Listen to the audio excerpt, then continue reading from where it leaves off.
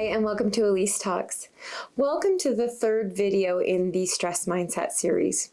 In this video, we're going to discuss how our personal beliefs and biases affect stress and what it does in our lives, as well as talk about some of the other benefits of or reasons why we have stress. So let's get right into the fact that stress for us is a lot like this little sentinel that stands at the tower in our life.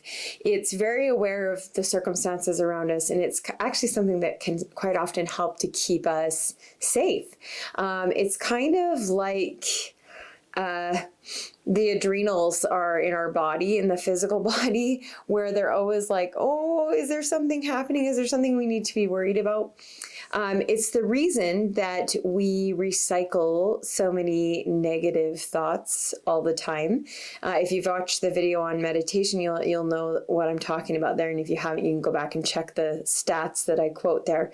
But there is a purpose for it, and it does, unfortunately, it elevates cortisol, and it causes us to kind of have some issues with how we process insulin if we spend too much time in that super stressed out state. But it is also necessary to keep us from putting our hand on a burner or stepping in front of a large truck on the street. So it's not all bad, right? That's kind of something we've been addressing all along. The other thing, the other place that we run into stress is through exercise. And again, not a bad thing, but absolutely is something that releases, again, some of those hormones, causes us to push the body a little bit, to quite often push the mind, depending on what we're doing. And it can be a place where we experience stress that can feel stressful and can feel overwhelming to the body at some points, but in the best possible way. So, that mindset of like, well, I exercise to burn off the crazy or to de-stress, which I see all the time. I've seen a million tank tops that say that I exercise to burn off the crazy. It is to help with the mental health. It is to help with the body, but it does cause stress in your system. The other thing, and I addressed this in I believe both of the other videos, is things that are important to us. So if you find yourself before a meeting, before a presentation, before an important personal conversation or interaction with people that really matter to you, you're normal. Something that I run into all the time when I'm going to present or teach is, I'm kind of walking around feeling a little panicky, or I put off the final, finishing touches on a presentation. My husband will always say to me, "Oh, are you all ready? Or you know what you're going to say, you know what you're going to do?" And I'll be like, "No, I'm super stressed out about it." And I mean, we've been together for over 24 years now, and he'll say to me, "Why? Like, you're really good at this, you're comfortable, this is what you love doing," and it's the truth. But what stresses me out is that I'm most concerned about what the experience for the people in the audience or in a class are going to have. I really, really want it to be positive. I want it to be of value to them. I want them to feel like they spent time on something that was worthy of that precious commodity to them.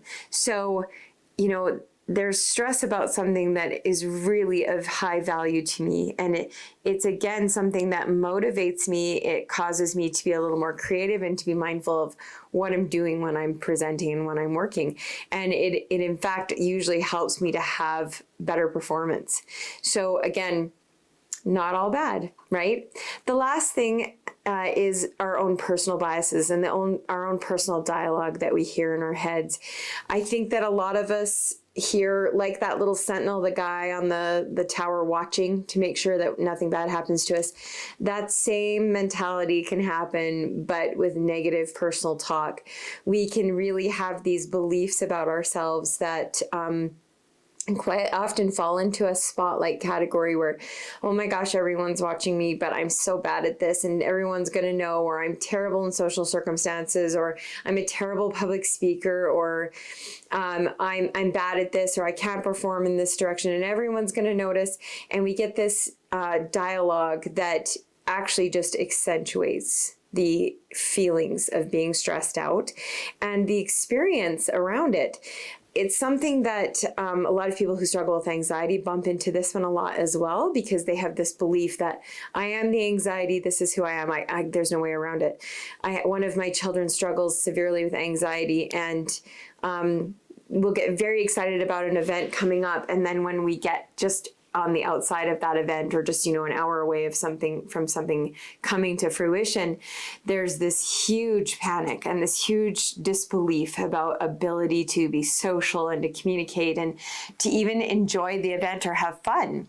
And it's something that quite often I have to sit this child down and say, look, is this just a story you're telling yourself, or is it based on other facts or other scenarios? Like, why do you have this belief? And I know it's the anxiety, but it's also something where I can get this child to understand, like, this might actually just be this dialogue in your head. And if you can understand that, if you can acknowledge that personal bias, that deeply rooted belief of yourself is part of the issue, and you can understand that it maybe isn't correct at all, then you may avoid that feeling or that severity in the stress response and the experience. For this child, this is like, we're talking like the hyperventilated breathing and the tears and the panic.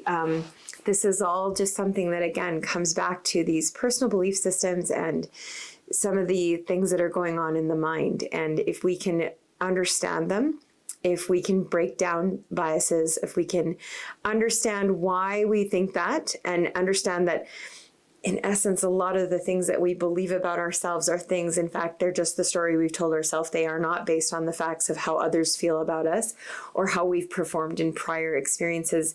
This can be of great value. So that is definitely one of the more negative stress responses, is just that deeper confirmation of a personal bias being true, because look at it, this is how I'm responding.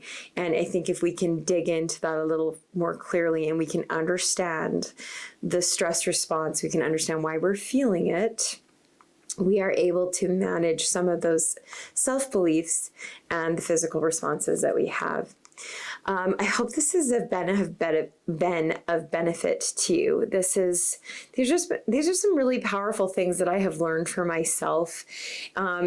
Working at this for years and years, but in the last year, I've really come to understand how many of these things I trip over on a daily basis in my life.